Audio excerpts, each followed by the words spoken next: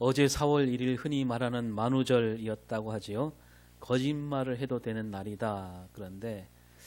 그런데요, 며칠 전 정말로 거짓말 같은 일을 우리가 보았습니다. 학살자요, 독재자였던 그 이름도 입에 올리기 싫은 그 사람 손자가 광주에 와서 무릎을 꿇고 머리를 숙였다 그럽니다. 이걸 지켜보면서 여러 가지 생각이 떠올랐는데요. 그런 말이 있죠. 맞은 사람은 발 뻗고 자고 때린 사람은 오그리고 잔다. 때린 사람은 양심의 가책을 느껴 잠을 편하게 못 자고 맞은 사람은 잘못한 일이 없으니까 편하게 잔다. 그런 말인데 저희 어머니도 이 말씀 저에게 자주 하셨습니다. 친구가 아무리 미워도 먼저 때리지 말라. 귀에 딱지가 않도록 말씀하셨는데 뭐 그런 말씀 안 하셨어도 제가 어디 가서 누구를 때리거나 못 살게 구는 그럴 사람은 아니잖아요. 진짜로 저는 뭐 살면서 단 한 번도 주먹 다짐한 적이 없습니다. 언제 한번 말씀드리긴 했는데요. 서울에서 학교 다닐 때 일입니다. 명절을 맞이해서 집으로 가려고 열차를 탔는데 자리에 앉으려고 하는데 누군가 다가와서 저를 아는 척합니다. 봤더니 중학교 때 같은 반 친구, 서울에서 직장 생활한다 그러는데 중학교 졸업하고 처음으로 만났습니다. 이런저런 얘기 나누다가 한참 얘기하다가 이 친구가 살짝 머뭇거리더니 그런 말을 하더라고요. 야, 너 나 때린 거 기억하냐? 제가 깜짝 놀랐습니다. 곰곰이 되짚어 봤는데 내가 언제 이 친구를 때렸지? 나는 한 번도 누군가를 때린 일이 없는데 아무리 생각해도 기억이 나지 않았습니다. 설사 때렸다 하더라도 어쩌다가 그 일을 잊을 리가 없겠지요. 그렇잖아요. 툭하면 누군가를 때리며 사는 사람이었다면 누구를 때렸는지 다 잊어버렸겠지요. 제가 그랬습니다. 그럴 리가 없다. 다시 잘 생각해봐라. 다른 애가 때렸는데 오래된 일이라 헷갈릴 수 있지 않겠냐 그랬더니 아니다. 틀림없이 네가 나를 때렸다. 그때 네가 우리 반 반장이었고 어느 날 자율학습 시간에 떠든다고 몽둥이를 갖고 와서 내 머리를 때렸다 그러는 겁니다. 그렇게 말하니까 그제야 좀 생각이 날 듯 했는데 그 친구가 이어서 말합니다. 그때 나는 정말 억울했고 화가 났고 속상했다. 자기가 그때 좀 떠들긴 했다 그럽니다. 반장이 떠들지 말라고 소리치는데 옆작과 얘기 좀 하긴 했지만 살짝 속삭일 뿐이었고 내 뒤에 앉은 그 애들이 더 크게 떠들었다 그거죠. 그런데 네가 다가오더니 조용히 하라면서 덩치 큰 뒤에 친구들에게는 그냥 말로만 얘기하고 그 바로 앞에 있는 나와 내 옆장은 머리를 몽둥이로 그냥 내리쳤지 않았느냐. 그렇게 낱낱이 얘기하니까 그때 일이 막 다 떠올랐습니다. 제가 엄청난 충격을 받았지요. 와, 내가 누군가를 때렸구나. 이것도 충격이지만 그 일을 잊어버리고 살았다니. 그것도 나보다 약해 보이는 친구에게만 몽둥이를 휘둘렀다니. 엄청난 충격으로 다가왔습니다. 그렇게 때려놓고는 아무 일 없다는 듯이 잘 살았고 나는 누군가를 때려본 일이 없다라고 자랑스레 떠들며 다녔고 참 부끄러웠습니다. 그 친구에게 막 모기 같은 소리로 미안하다 하면서 제 자리로 돌아왔고 생각해 보았습니다. 내가 왜 그랬을까? 나는 왜 때렸고 나는 왜 그런 일을 잊어버린 채 살았을까? 그 친구를 때린 뒤 그날부터 이제까지 단 한 번도 내가 잠을 잘 때 그 일로 오그리고 잔 일이 없었구나. 나도 어쩔 수 없는 사람인가? 정말 못된 사람인가? 그런 생각에 잠기기도 했고요. 아니야. 그때 내가 때린 건 내가 때린 게 아니라 선생님이 반장인 나에게 그 반을 이끄는 일을 맡기셨고 나는 그저 선생님 말씀에 따라 우리 반을 잘 이끌려고 했을 뿐이다. 변명 아닌 변명을 스스로 해보기도 했습니다. 요즘 더 글로리 난 우리나라 영화가 세계를 휩쓸었지요. 학교 폭력을 다룬 영화인데요. 이 학교 폭력을 일삼는 아이들 뒤에 보니까 돈과 권력이 있습니다. 그 돈으로 권력을 만들지요. 돈이 많으니까 학교도 자기들 편으로, 선생님도 자기 편이고 경찰까지 자기 편으로 만드는 그 권력을 얻고 마음껏 폭력을 휘둘렀지요. 그래서 그들은 자기들이 하는 짓을 잘못으로 여기지 않습니다. 그 영화에서 그 주인공 피해자는 그 학창 시절이 정말 지옥 같은 나날들이었고 어른이 되었지만 그 지옥에서 벗어나지 못했고 그 주인공이 말하기를 내가 너희들도 이 지옥을 맛보게 하리라 하면서 마침내 그 가해자들을 하나씩 무너뜨리는 그런 영화였습니다. 이런 영화가 우리 사회에 큰 울림을 주었으면 하는 그런 바람인데요. 이 학살자 전두환 이름만 들어도 치가 떨리죠. 그 손자가 얼굴을 드러내고 세상 앞에서 자기 할아버지와 그 가족들이 저지른 일이 엄청난 죄악이었다고 자기 입으로 말했습니다.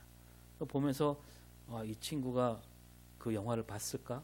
그런 생각도 들고요. 처음에는 좀 믿기지 않았습니다. 진심인가? 아직은 진심으로 보이는데요. 그래서 미국에서 들어왔고 광주에 내려와서 5.18 유족들 앞에서 무릎을 꿇었고 망월동 묘지 비석을 닦아주면서 또 잘못을 빌었습니다. 또 5.18 유족들이 그 손자를 끌어안으면서 그랬다지요. 손자가 무슨 잘못이 있나? 할아버지가 저지른 죄악, 그 죄값을 이 손자가 치르고 있구나 그런 생각이 들었고 그 학살자는 평생 호의호식 날마다 발 뻗고 잠자다가 세상을 떠났지요. 근데 이 손자 전우원 씨는 자기 할아버지가 그 끔찍한 일을 저질렀다 알게 되었을 때 얼마나 괴로웠을까. 마약에 손을 대지 않고는 견딜 수 없지 않았을까. 자기가 한 일은 아니지만 잊을 수가 없었나 봅니다. 어쩌면 평생 그 일을 잊지 않고 살아야 되지 않을까 그런 생각으로 광주까지 내려왔겠구나 싶고 바라기는 그가 괴롭더라도 끝까지 잊지 않고 살았으면 좋겠습니다.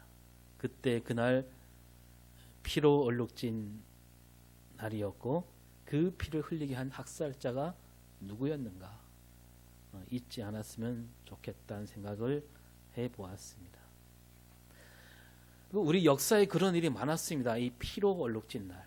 오늘이 4월 2일이잖아요. 달력에 보면 내일 4월 3일 그 4월 3일 밑에 보면 작은 글씨로 뭐라고 되어 있냐면 4.3 희생자 추념일이라고 되어 있습니다. 1947년 해방되고 1947년부터 54년에 걸쳐서 이 제주도에서 정말 끔찍한 학살이 있었습니다. 그때 제주도 인구가 30만이었는데요. 그때 죽은 사람이 3만 명이었습니다.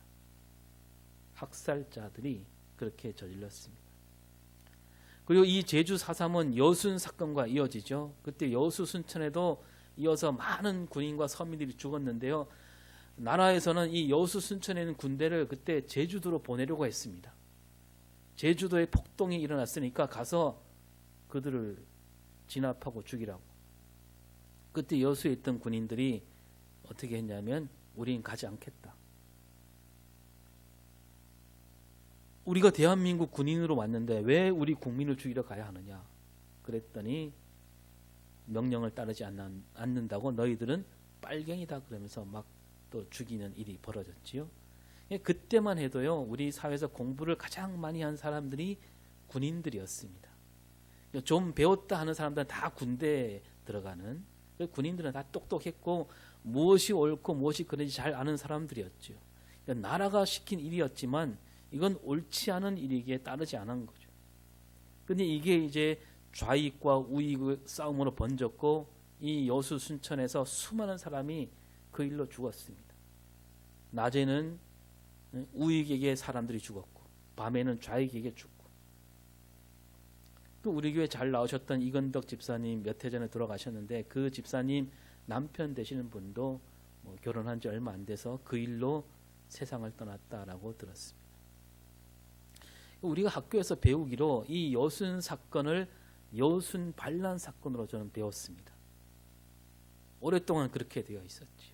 그러다가 2021년 2년 전 7월에 여순 사건 특별법이 국회에 통과되고 이제 이 여순 사건은 반란 사건이 아니라 국가 폭력에 의해서 억울하게 죽은 사람들이 많이 생긴 날, 나라가 저지른 학살이 일어난 날이다 이거죠. 이 5.18 광주 민주항쟁도 오랜 세월 제대로 알려지지 않았지 않았습니까? 저는 강원도에서 들었는데 그런 일이 있었는지 몰랐습니다. 무장 간첩에 내려온 줄 알았습니다. 제주 4.3도 마찬가지였고 그런 일들, 더구나 이 권력자들이 저지른 잘못, 또 그걸로 억울한 죽음이 생긴 이런 일들은 우리가 똑바로 바르게 기억해 내야 됩니다. 그래서 잊지 말라는 뜻으로 달력에다 4.3 희생자 추념일, 또 5월 18일은 5.18 민주화 운동 기념일, 이런 기념일로 만드는 거죠. 그런 기념일을 통해서 우리가 제대로 가르치고 바르게 배우도록 해야 되지 않겠습니까?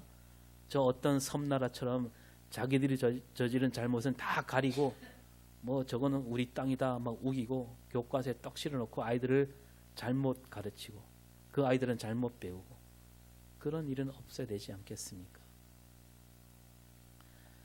우리 기독교에도요 잊지 말아야 할 여러 절기가 있습니다. 그 절기마다 다 이름이 있는데 그 절기를 우리가 제대로 배우고 익히란 뜻이죠. 다음 주는 부활절이고 뭐 추수감사절이 있고 성탄절이 있습니다. 이런 절기는 우리가 어떤 마음으로 맞이합니까? 정말 기쁜 마음으로 맞이하는 절기 아닙니까? 그런데 또 우리 절기 중에는 기쁨으로만 맞이할 수 없는 절기도 있어요. 우리가 부활절 전 40일, 이 사순절은 예수님 고난을 떠올리며 우리 몸과 마음을 가다듬는 절기입니다. 그리고 이번 한 주간이 무슨 주간이에요? 고난 주간이에요. 이 고난 주간 한 주간을 어떤 사람들은 뭐 금식으로 보내기도 하고 또 이 금요일은 성금요일, 예수님이 십자가에 달려 돌아가신 날, 이 날을 지키면서 금식하는 사람들도 꽤 있습니다. 그리고 오늘은 무슨 날이에요? 오늘은 종료주일로 지키고 있습니다. 그럼 이 종료주일은 어떻게 맞이해야 되는 절기일까? 성경에 보니까 사람들이 종려나무 가지를 흔들며 예수님을 막 맞이했다고 해서 종료주일입니다. 그래서 이렇게만 보면 이 종료주일은 기쁨으로 맞이하는 절기라고 할 수가 있겠죠. 그런데 성경을 잘 모를 때 우리는 이 종료주일이야말로 예수님이 메시아로서 그리스도로서 예루살렘 성에 들어오는 날이다 해갖고 마치 잔칫날이나 막 무슨 금의 환영하는 그런 날로 생각하곤 했습니다. 제대로 배우지 못한 거죠. 좀 잘못 배웠습니다. 성경을 조금만 더 들여다보면 이 종료주일은 그냥 마냥 기쁨으로 맞이할 수 없는 그런 절기이기도 합니다. 사람들이 종려나무 가지를 흔들면서 호산나 호산나 외쳤지만 그 외침은 예수님을 제대로 알고 외친 외침이 아니었지요. 그들은 뭘 바랐냐 하면 저 예수님이 이 세상을 뒤엎고 새로운 나라를 세울 왕, 그분으로 맞이하고 기다렸던 겁니다. 하지만 어떻습니까? 이날 예수님이 가시는 이 길은 뭡니까?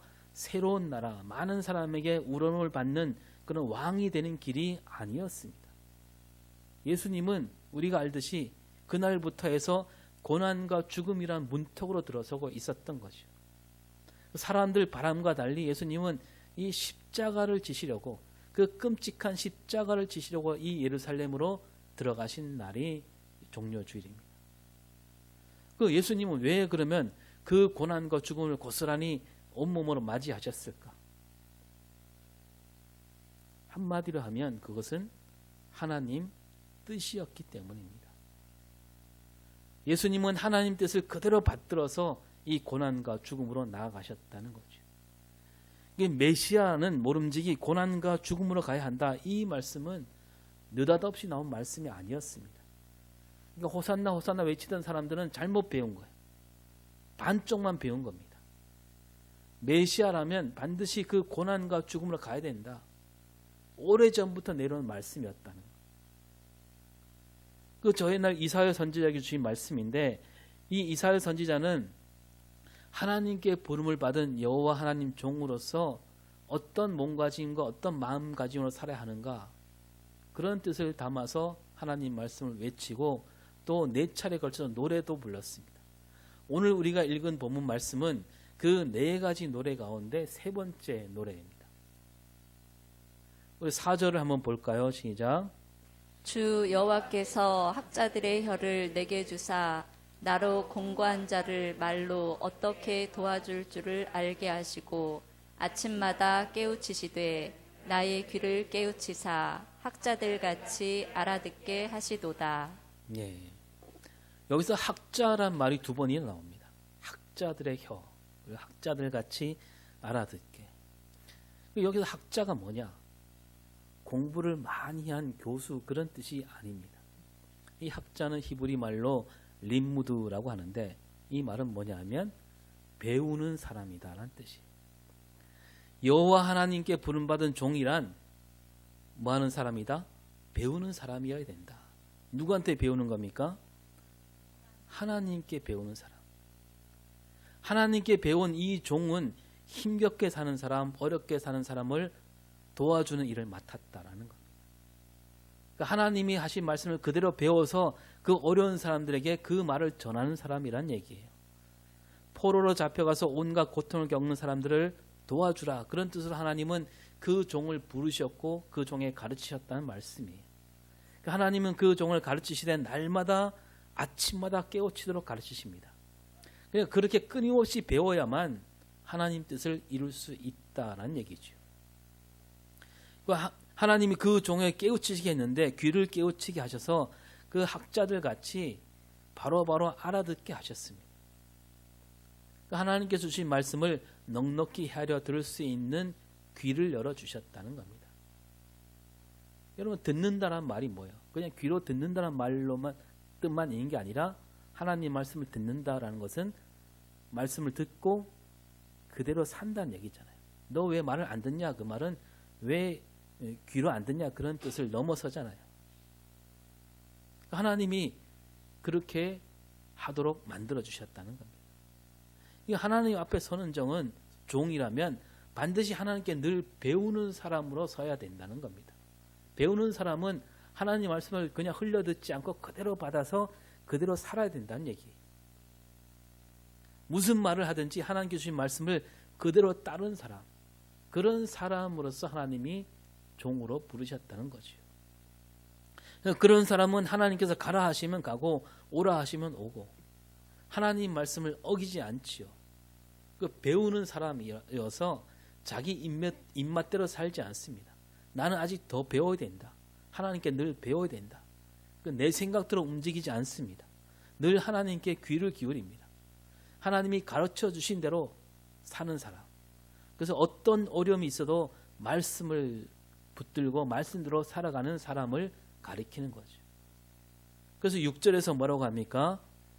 나를 때리는 자들에게 내 등을 맡기며 나의 수염을 뽑는 자들에게 나의 뺨을 맡기며 모욕과 침뱉음을 당하여도 내 얼굴을 가리지 아니하였느니라. 하나님께 배운 대로 사는 사람은 그 어떤 힘든 일이 있어도 뒤로 물러나지 않는다는 겁니다. 그래서 나를 때리는 사람이 앞에 있어도 뒤로 물러나지 않고 등을 맡길 수도 있고 때리라고 등을 맡길 수 있고 수염 뽑는 사람도 있다면 뺨을 맡기기까지 한다는 거죠. 모욕과 침뱉음을 당해도 얼굴을 가리지 않는다.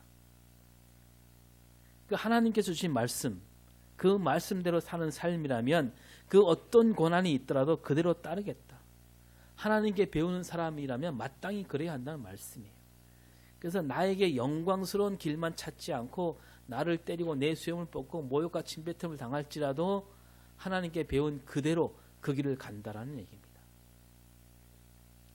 이 이사야가 말하는 이 하나님 종은 가장 먼저 이사야 자신을 가리키겠죠. 그리고 더 나아가서 그 시대의 모든 선지자들, 예언자들을 가리킨 말이기도 합니다. 그리고 먼 뒷날 메시아로 오시는 그리스도를 가리키는 말이기도 합니다. 모든 선지자는 하나님 말씀을 배우는 사람이어야 한다라는 말이고 메시아로 오시는 예수님도 바로 하나님 말씀을 배우며 그 배운 대로 그 뜻을 그대로 따르는 삶을 사는 메시아로 오신다는 얘기죠. 그래서 예수님은 진짜로 이 말씀대로 여호와 하나님 종으로서 어떻게 살아야 되는지 우리에게 잘 보여주셨잖아요. 예수님이 하나님께 받은 말씀 그걸 그대로 갖고 와서 사람들에게 위로와 힘과 용기를 주셨습니다. 무슨 말씀을 하시든 어떤 일을 하시든지 언제나 하나님 말씀을 앞세웠잖아요. 그리고 이제 예수님이 예루살렘으로 들어가실 때 사람들은 예수님을 왕으로 모시려고 했습니다. 크고 힘센 나라를 세워 자기들을 이끌 새로운 왕으로 모시려고 호산나 호산나 외쳤습니다. 그때 여러분 여기에 두 갈래 길이 있지 않겠습니까? 하나는 그 사람들이 바라는 대로 예수님이 힘이 없는 것도 아니고 그 힘으로 새로운 나라를 세우고 많은 사람에게 영광을 받는 길, 그 길이 있고, 또 하나는 뭡니까? 하나님께서 말씀하신 대로 십자가 고난과 죽음으로 가는 길. 그 예수님은 모든 사람에게 영광을 받는 왕으로서가 아니라 고난받는 여호와 하나님 종으로서 예루살렘 성으로 들어가고 있었다는 겁니다. 그러니까 하나님 말씀이 그러했기 때문에 하나님 말씀을 이 땅에 이루시고자 하나님 뜻을 그대로 따르는 길로 가신 거예요. 그래서 기꺼이 고난과 죽음 앞으로 나아가셨고 그 고난과 죽음을 온몸으로 맞이하셨습니다. 여러분 사람들이 외치는 소리, 그 소리를 들으면 기분이 좋을 겁니다. 앞에서 가고 막 뒤에서 따르면서 그리스도다 메시아다 소리칠 때 그 소리에 맞춰 못 이기는 척 그들이 바라는 대로 할 수 있습니다. 그런데 예수님은 그 사람들이 외친 소리보다는 하나님께서 주신 말씀, 오늘 말씀에 따르면 하나님께 배운 그 말씀 그대로 거기에 귀를 기울이셨습니다. 사람들이 바라는 대로 사람들이 외친 소리에 맞추려면 벌써 들어가실 때 달라야 되겠죠. 튼튼한 아주 멋진 말을 타고 들어가셔야 마땅합니다. 말이 아니라도 뭐 큰 나귀라도 타야 되겠죠. 근데 예수님은 뭘 타셨습니까? 작은 나귀 새끼를 타셨습니다. 왜냐? 하나님이 말씀하셨기 때문에. 스가랴 9장 9절을 볼까요? 보라 내 왕이 내게 임하시나니 그는 겸손하여서 나귀를 타시나니 나귀의 작은 것 곧 나귀 새끼니라. 네. 바로 이 말씀을 따라서 예수님은 나귀 새끼를 타고 예루살렘 성으로 들어가신 거죠. 그리고 이 사람들이 바라는 대로 한다면 그건 뭐냐면 곧 사탄에게 머리를 숙이는 일과 다르지 않습니다. 사탄은 뭘 바라냐면 예수님이 영광스러운 길로 가기를 바라고 있어요. 여러분 사탄은 예수님이 십자가에 달리기를 바라지 않았어요. 영광의 길로 가기를 바랐습니다. 그래서 마태복음 4장 8절 9절에 뭐라고 합니까? 마귀가 또 그를 데리고 지극히 높은 산으로 가서 천하만국과 그 영광을 보며 이르되 만일 내게 엎드려 경배하면 이 모든 것을 내게 주리라. 예, 이 마귀 사탄은 예수님이 세상에서 얻을 수 있는 모든 영광을 내가 주겠다 그럽니다. 그 영광 받는 길로 가라는 거예요. 십자가로 가지 말라는 겁니다.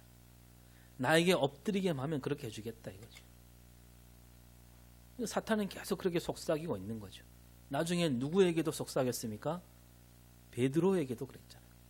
베드로도 예수님이 그 길로 가지 못하게 말렸죠. 이 사탄이 끈질깁니다. 사람들을 부추기고 속입니다. 그러면서 저 호산나라고 외치는 저 소리를 들어봐라. 저건 내가 하는 말이 아니다. 사람들이 외치지 않느냐. 저 가여운 사람들 보이지 않느냐. 하나님도 저들이 부르짖는 소리를 들으시지 않겠느냐. 그렇게 속삭이고 있다는 겁니다. 예수님은 끝까지 거기에 넘어가지 않으셨습니다. 왜냐하면 예수님은 하나님 말씀을 그대로 따르는 종으로 오셨기 때문에 하나님께 배운 대로 곧이곧대로 그 말씀을 따르시려고 이 땅에 오셨기 때문입니다. 세상을 보면 사람들은 배운 대로 살지 않는 것 같습니다. 여러분도 한번 돌아보세요. 내가 학교에서 배운 대로 살고 있나? 여러분 학교에서 배울 때 선생님이 날마다 얘들아 뭐니 뭐니 해도 돈이 최고다. 그렇게 배웠습니까? 부자가 뭐냐?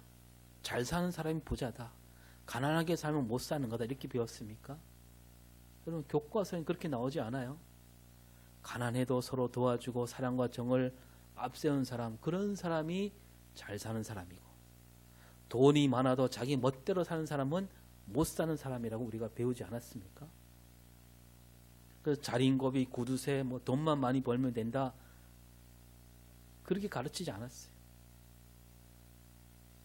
그렇게 배웠지만 그 교과서대로 생각하며 사는 사람이 오늘 얼마나 될까요? 그리고 사실 학교 선생님들도 교과서대로 가르치지 않습니다. 배운 대로 살라고 가르치지 않아요.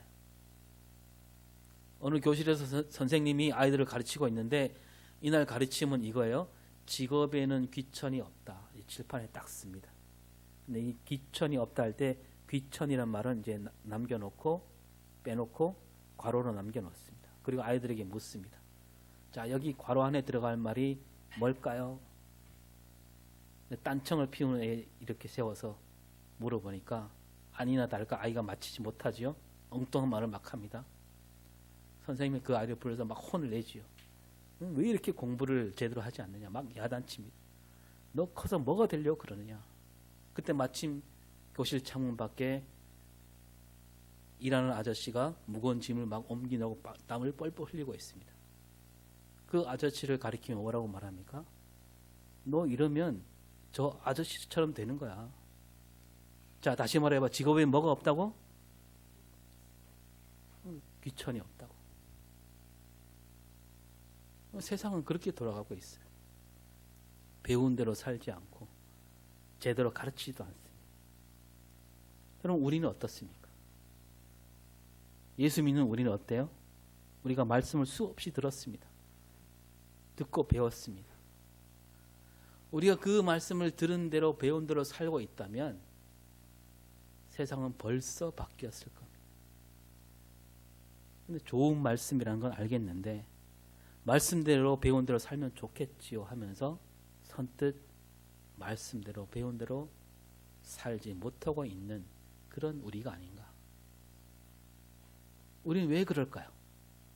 왜 그럴까요? 하나님을 온전히 제대로 믿지 못하기 때문이 아닌가. 오늘 7절을 볼까요?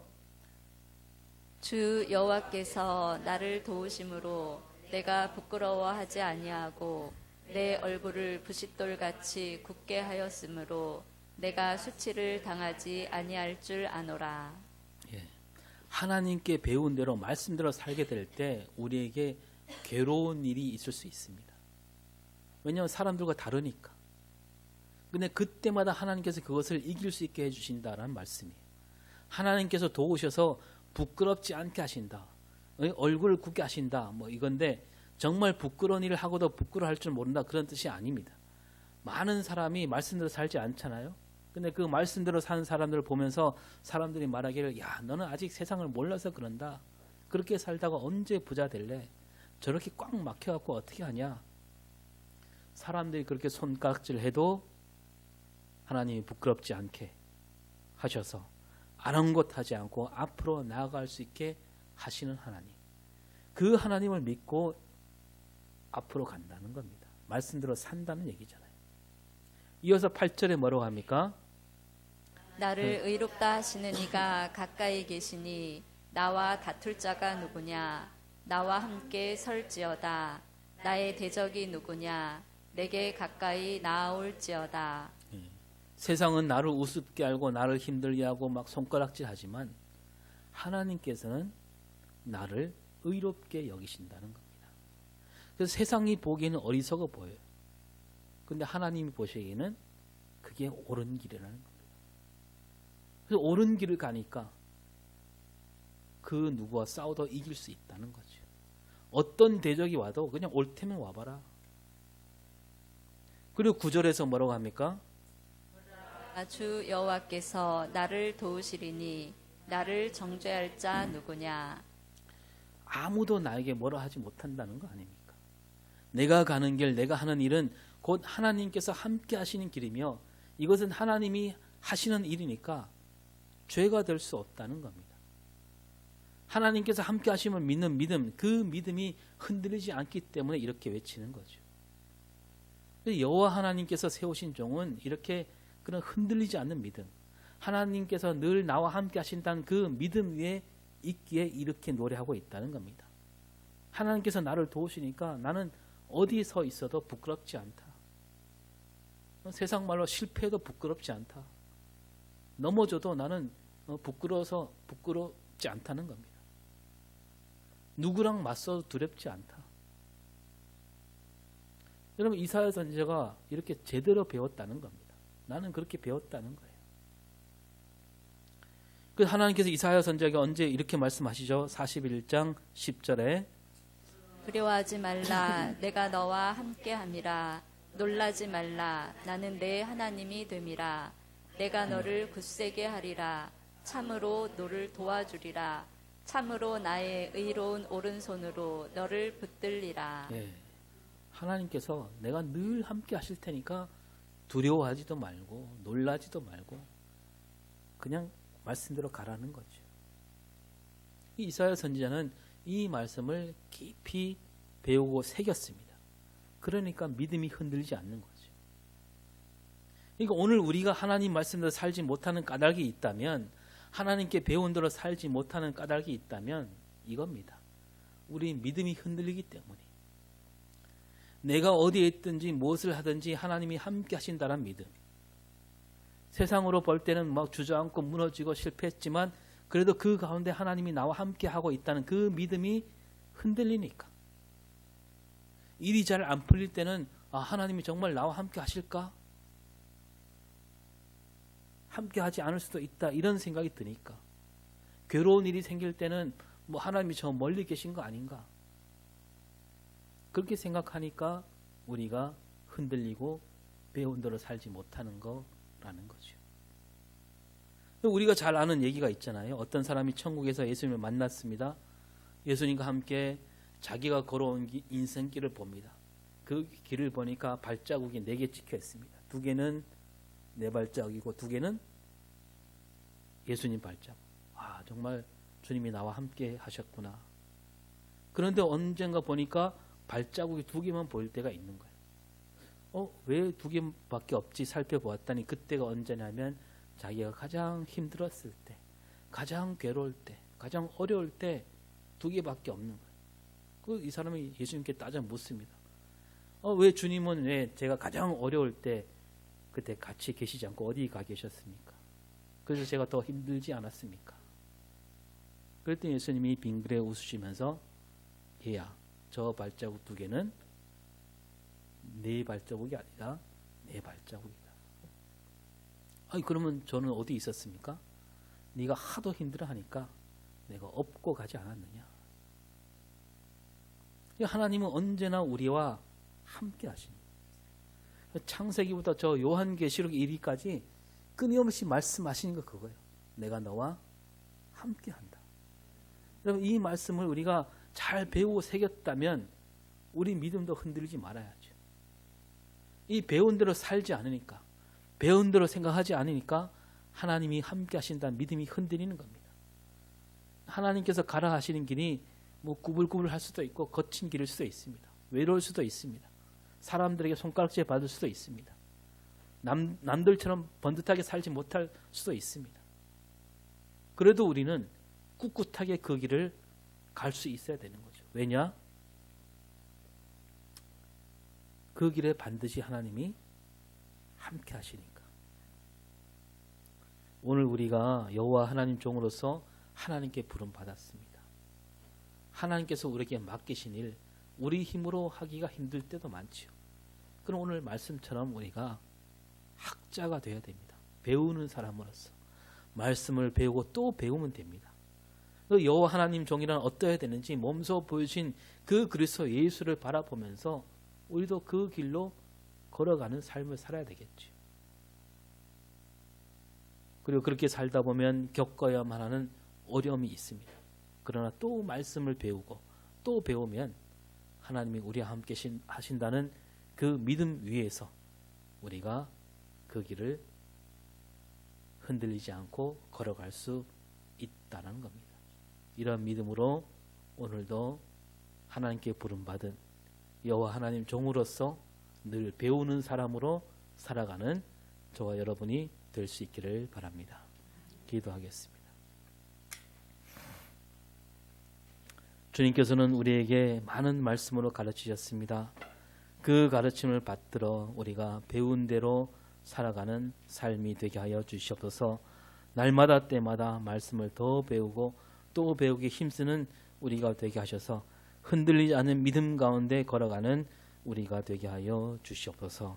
감사드리며 예수님 이름으로 기도합니다. 아멘.